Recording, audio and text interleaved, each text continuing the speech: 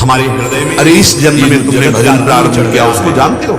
इससे बचने वो के लिए मेरा समता अत्यंत आवश्यक परम प्रिय भक्त है, उसके हृदय में एक इच्छा आ गई लाभ थी। हानि में सम, राज वैभव के भोगों को देखकर ऐसा लगा कि भजन से बढ़कर इसमें सुख है। वही दिखाने के लिए हमने उसको राज परिवार से संबंधित करके दिखाया, लेकिन वो ऐसा नहीं, बहुत श्रेष्ठ भजनानंद अब उनको ज्ञान हुआ कि मैं इसको समझ रहा था आचरणहीन है। गीता जी में कह रहे नामे भक्ता प्रणश्यति, आपने 100 बार नाम लिया है तो अब 101 से शुरू होगा, 99 से नहीं। ये भजन कभी नष्ट होने वाला नहीं। इसलिए आत्मसमर्पण प्रभु को, उनके नाम का निरंतर जप, उनके भरोसे में इससे बड़ा कोई साधन नहीं। इनको इतना भी भगवान है कि कौन करुणा करके अर्जुन जी को उपदेश कर रहे हैं, थोड़ा जो अपना है या शास्त्र स्वाध्याय कर रहे हैं, अपने में है कि अभी है, कर्म उसकी प्राप्ति में कोई कठिनता उसका आदि नहीं। अंत होता है। ध्यान दीजिए, प्रारंभ हुआ और अंत हुआ। कल चर्चा हुई थी, वो कर्म किसी को बुरा नहीं समझना, की प्राप्ति कैसे करा सकता है? किसी का बुरा नहीं चाहना, आदि है, किसी का बुरा नहीं करना। अगर उसमें प्रारंभ हो गया अध्यात्म मार्ग। तो वो कर्म तुम्हें सुख प्रदान करने वाला, किसी का बुरा नहीं समझना, प्रायः बहुत बुरा आदमी कामनाओं से युक्त होकर कर्म करते हैं। किसी का बुरा नहीं चाहना। किसी ने प्रश्न किया था कि हम तो बहुत अच्छे आचरण करते हैं और हमको बहुत दुख दिया, तो जिन लोगों ने दुख दिया उनका बुरा कब होगा? ये दोनों का कब वो दंड भोगेंगे? ये हमारा अध्यात्म सिद्धांत नहीं। वो करत जे अनुशहन निंदक अनुग्रह। अध्यात्म कहां से शुरू होता है? अध्यात्म का तात्पर्य क्या होता है? तो आप आगे बढ़ो, इस संसार चक्र से मुक्त होना और महासुख में डूब जाना। यही तो तुम चाह रहे हो कि मरुना परमानंद में डूबूं। यह अध्यात्म आपको प्रदान करेगा। प्रकृति से आपको ऐसी स्थिति प्राप्त होने वाली नहीं। चाहे असंख्य रुपया जमा कर लो, सोने चांदी के भवन भर लो, फिर भी भय, चिंता, शोक और मृत्यु इस क्षेत्र में कोई नहीं बचा सकता। इसे बचा सकता है तो अध्यात्म। शुरुआत कहां से होती? किसी को बुरा ना समझे, किसी का बुरा ना चाहे, किसी का बुरा ना करे तो आरंभ हो गया मार्ग, भगवत मार्ग। जब हम कहते हैं भगवत प्राप्ति बहुत सहज है, आगे नहीं बढ़ने दे, लोग कहने लगते हैं कि ये तो भगवत प्राप्ति वैसा भगवान वर्णन करते हैं बहुत सहज। अरे बहुत कठिन है भगवत प्राप्ति। क्षमता फिर समझिए, जो अपना है, जो अपने में है, अब जो अभी है, उसकी प्राप्ति में कोई देरी नहीं प्यारे। तो कोई हमारे पास जो अपना नहीं है और हम आगे बढ़, जो अपने में नहीं है, निराश ना हो, जो अभी नहीं है वर्तमान में भी, क्योंकि ये परिवर्तनशील है। ये शरीर, ये संसार, ये भोग मेरी माँ भी ना पहले थे ना बाद में रहेंगे, तो बीच में केवल भास रहे हैं, हर समय नष्ट हो रहा है। 4 साल और इनकी आसक्ति छोड़ना कठिन है, भगवत प्राप्ति कठिन समय है। विश्वास मान लीजिए, ये अध्यात्म परमार्थ की बात कह रहा हूं। भगवान की प्राप्ति कठिन नहीं है, इस संसार शरीर के राग को मिटाना कठिन है। इसलिए परिणाम को कह दिया जाता है भगवत प्राप्ति कठिन है। लेकिन ऐसा कहने से योग के द्वारा उसे रोकिए, एक निराशा पैदा हो। भगवत प्राप्ति बहुत कठिन, हम तो गृहस्थ हैं, हम तो अमुक हैं, हम भगवत प्राप्ति कहाँ? ये तो योगी मुनियों के लिए। नहीं, भ्रम में मत रहना। जितनी श्वासें आपकी हैं यहाँ है, होने जा रहे हैं, अपने हैं, तो बात जाने दो। परम प्यार करने वाले प्रभु मुझे बहुत प्यार करते हैं। एक श्वास भी आगे उनकी प्राप्ति के लिए दुर्लभता मत लाइए। संसार का राग छोड़ना, भगवान कह रहे सबकी ममता ताग बटोरी, मम पद मन ही बांध बटोरी। ये बहुत है कि अमुक महात्मा घर परिवार छोड़ दिया, वेश परिवर्तन कर लिया, क्योंकि वो सब कुछ, लेकिन शरीर का राग नहीं छोड़ पा रहे। प्राणायाम के द्वारा अपने प्राणों, इंद्रियों का भोगों से संबंध छोड़ दिया, पर उसमें सुख है ये भाव नहीं छोड़ पा रहे। अब भगवत प्राप्ति इतने में हमारी 100-200 श्वासें निकल। अगर कहीं गुरु कृपा से ये राग मिट जाए, हमारा चिंतन ठीक हो जाए, तो आप खुद देखेंगे मंद मंद मुस्कुराते हुए ये श्यामा श्याम यही बैठे हैं, यही हृदय में।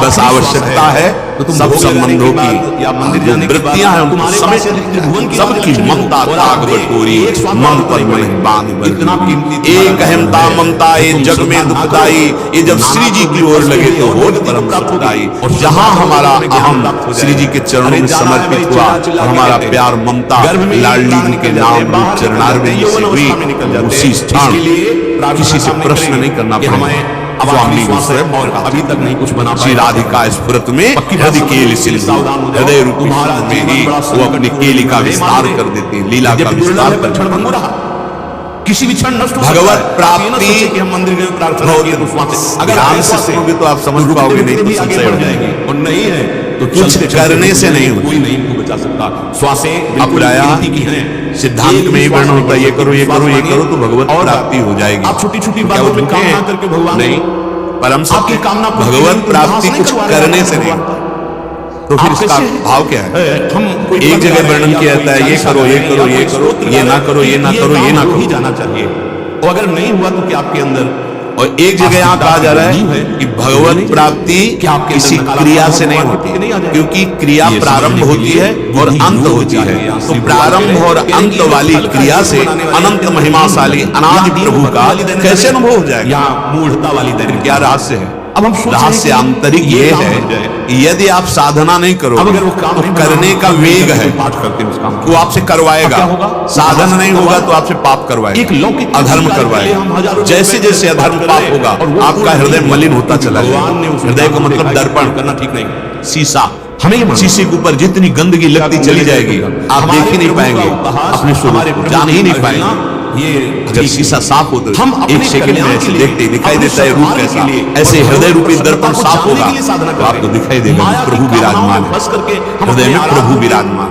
हमें अच्छा नहीं लगता। अगर हम जितना कृष्ण को हमारा भगवान को सुंदर साधन होगा हृदय से बोलेंगे उतना ही असाधन हमसे छूट जाएगा। असाधन जहां छूटा प्रारब्ध और साधन बिल्कुल शास्त्र प्रमाणित हुआ और तो उसी प्रकाश में आप देख पाएंगे अहंकार सकिल गया प्रभु के चरणों में। कृपा से प्राप्त बुद्धि से गंदा मलिन हृदय होने के कारण अहंकार रहता है। जहां निर्मल हृदय हुआ साधन करते करते तो मन और अहम ये दोनों प्रभु सावई मना कृष्ण पदार बिंदु प्रभु के चरणों में जहां समर्पित हुआ प्रभु के समस्या रहेंगे। यही है अनुभव समस्याओं से लड़ने के लिए हुआ है। कोई साधना से प्रभु उपजे थोड़ी है, जब कभी ऐसी वो पहले ही विराजमान है। सबके हृदय अछत अविकारी निर्विकार सच्चिदानंद प्रभु सबके हृदय में बैठे हैं, पर सकल जीव जग दीन दुखारी। आनंद सिंधु यहाँ बैठे तो सब दुखी क्यों हैं फिर? क्योंकि उनसे विमुख हैं, हम कोई और नाना प्रकार के पापाचरण कर रहे हैं इसलिए दुखी हैं। हल चल जाए तो क्या करें? अब साधन करो जिससे पापाचरण न होने पाए। तो साधन करने से निर्मलता हुई, तो जैसे शांत और निर्मल जल के नीचे क्या है दिखाई देता है, ऐसे ही हृदय में ही हृदय विहारी प्रभु का साक्षात्कार हो जाता है। तो साधना से प्रभु कोई प्रकट थोड़ी नहीं, छोटी तो पहले ही आप भी हैं, आगे रहेंगे। साधन से मलिनता नष्ट करती है, क्या वो तो है उनका अनुभव। उपहास करते हैं, ये भगवत भक्ति ये अविद्या का नाश करने देहाभिमान को पुष्ट करने वाला होगा। उनकी प्राप्ति मैं अमुक साधना करके भगवत प्राप्ति करूंगा अनुष्ठान नहीं, साधना होती है साधन को मिटाने के लिए, पापाचरण को नष्ट करने के कामना का फल उनको मिला है, प्रत्येक पर क्रिया उसके का कठोर संयम पूर्वक आरंभ होता है, भगवान अंत होता है। का विधान तो उस अनंत का अनुभव इन क्रियाओं से नहीं स्वीकार करें नहीं, इसीलिए कहा गया सिद्धांत भी है स्वीकार नहीं, आचरण भी पवित्र नहीं, जो कामना मोक्ष मूलम गुरु कृपा भगवत साक्षात्कार गुरु कृपा। कृपा शब्द का परिचय अहंकार रहित होने पर होता है। मन क्रम वचन छाड़ चतुराई भजन कृपा करी है रघुराई। इन छोटी छोटी क्रियाओं श्री भगवान कह रहे लौकिक हैं बातों के लिए नहीं कश्चित क्षणमपि ये हो जाए जात तिष्ठत्य कर्मकृत एक मिनट कार्यते हवशः थोड़ा भी कर्म प्रियता प्रभु से सर्वः नहीं, बस केवल प्रकृति कामनाओं जयी की पूर्ति। गुणैः। भगवान कह रहे हे हैं अर्जुन, कि कोई भी मनुष्य बहुत ही मतलब किसी भी अवस्था में मूर्खता छाई हुई है, क्षण मात्र भी कर्म किए बिना नहीं रह सकता, कि हम क्योंकि प्रकृति के परवश होकर सब प्राणियों से प्रकृति जन्य गुण कर्म करवा ही लेता है। अपने आराध्य देव का बहुत ध्यान देने वाली इतने लोग मिलकर नहीं हुआ तो चाहे निष्ठावान टिके कर्मयोगी हो, ज्ञान योगी हो या नहीं हुआ भक्ति योगी हो या सत्य कोई भी वस्तु साधना नहीं मार्ग करते। में, पर उसको तुम कर्म किए बिना तो नहीं रह सकता। नहीं कश्चित क्षणमपि, एक क्षण भी तुम कर्म किए बिना नहीं रह सकते। अब हम सब बड़ा सकाम भाव से ही लगे भगवान सुंदर यहाँ संकेत भाग्यशाली दिए हैं। जो सत्संग के कश्चित प्रभाव से क्षणम में संपत्ति जात, आए। तीन शब्दों का अगर प्रयोग लाभ किया। मिला तो जय श्री। कश्चित अगर हानि भगवान मिली, कहते हैं कि जय। कोई भी हो हानि हमारी हानि कर भी कर्म किए बिना रह ही नहीं सकता। आश्रित है, बड़ा चाहे वो ज्ञानी हो या अज्ञानी हो, प्रदर्शन में मत चाहे वो जिस मार्ग का पथिक हो, बहुत बुरी तरह से कर्म किए बिना एक क्षण नहीं रह सकता। अब होना ही चाहिए। ज्ञानी का अपने कहलाने वाले शरीर के साथ कोई संबंध नहीं रहता, कुछ नहीं, फिर भी उसके कहलाने वाले शरीरों से, सामर्थ्य अब शरीर और शरीरों, वही होना, स्थूल शरीर, सूक्ष्म शरीर, कारण शरीर, इन तीनों से प्राकृतिक क्रियाएं होती ही रहती हैं। एक है वो संबंध नहीं रखता, जिसके स्वरूप का बोध हो गया है, पर ये प्रकृति जन्य रचना जो स्थूल शरीर, सूक्ष्म शरीर, कारण शरीर, इनमें क्रियाएं होती रहती। इस समय हवन एक क्षण भी नहीं बिना क्रिया के कोई रह सकता। क्षणम वो भगवान कहते हैं कि जैसे प्रगट में हरदम कर्म हो रहा है, कहाँ की बात कहाँ लगा देते हैं, तो उसमें मान रहे हैं कि हमसे कर्म हो रहा है। ये उपहास मत किया जाए। पर जब हम कर्म नहीं कर रहे होते तब भी कर्म हो रहा है। क्या मिला? एक क्षण के लिए भी आप शांत नहीं हैं। कैसे बतावे? देखो आपका मन चल रहा है, सकाम भाव, आप हाथ पैर ऐसे रख के बैठे हैं, आप परिणाम में दुखी और आप सोच रहे हैं कि मैं कोई कर्म नहीं कर रहा, इसलिए इस समय अक्रिय हूं। करदम जी नहीं, आदेश व सृष्टि रचना आप क्रियावान हैं। इसके लिए तो आपका मन देखिए, आपकी बुद्धि देखिए, आपका चित्त देखिए, आपकी इंद्रियां देखिए।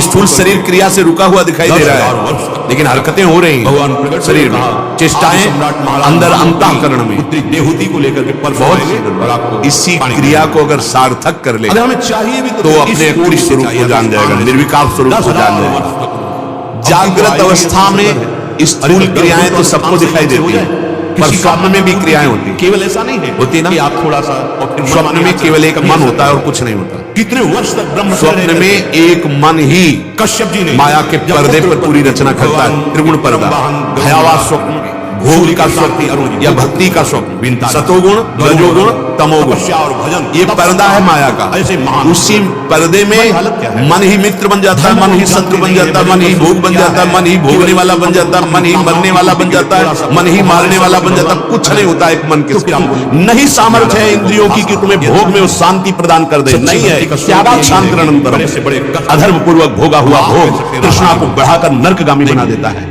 शांत चित्त, ये दिया में जीवन, क्या जीवन हमारा अविनाशी शरीर है। कर लो मनमानी, अभी गांठ दर्द, कमर दर्द, आंखों से दिखना कम, इसके लिए न जाने कितनी कमियां पैदा हो जाएगी। गृहस्थी लायक नहीं रहोगे, संसार की सेवा लायक नहीं लड़ने की सामर्थ्य करो, भोगाभ्यास हो जाएगी। करो मनमानी आचरण, खुद देख लो तुम्हारा स्वभाव क्या होता है, तुम्हारा प्रभाव क्या होता है उस कर्म का, आगे खुद देख लीजिए। तो प्यारी और प्यारे का प्रेम प्राप्त, सावधानी की बात। सकामता, ये तो भोगाभ्यास मनु और सब विवर्धन्ते रागाः कौशलम चेन्द्रियाणाम। यही अब जैसे जैसे वो भोग भोगने में आपको कुछ नहीं चाहिए, युक्त होता है, महान है अंदर से आपका उसकी इंद्रियां भोगाभ्यास के कला कौशल से प्रवीण होती है। शरीर की आसक्ति के ये तो भोगाभ्यास मन विवर्धन्ते रागाः कौशलम चेन्द्रियाणाम। सत्संग मिला है, ऐसे ऐसे भोगेंगे, ऐसे भोगेंगे, ऐसे भोगेंगे, ऐसे सुखी हो जाएंगे, वहां चल के करना चाहते हैं इसी में और फंसने के लिए। वो भोगाशक्ति, विषयाशक्ति उसकी प्रबल होती चली जाती है कि मैं आपका आश्रय और के अशांति, दलदल में और भोग की चाह वो प्रबल होती चली जाती है। जब नहीं तो फिर आपकी मांग चला था कि भोग लेंगे तो शांति मिल जाएगी, इसलिए कैरेक्टर हो गया उल्टा। ये बहुत समझने का विषय है। तस्माद् अनुपाया सुख से भोगाभ्यास।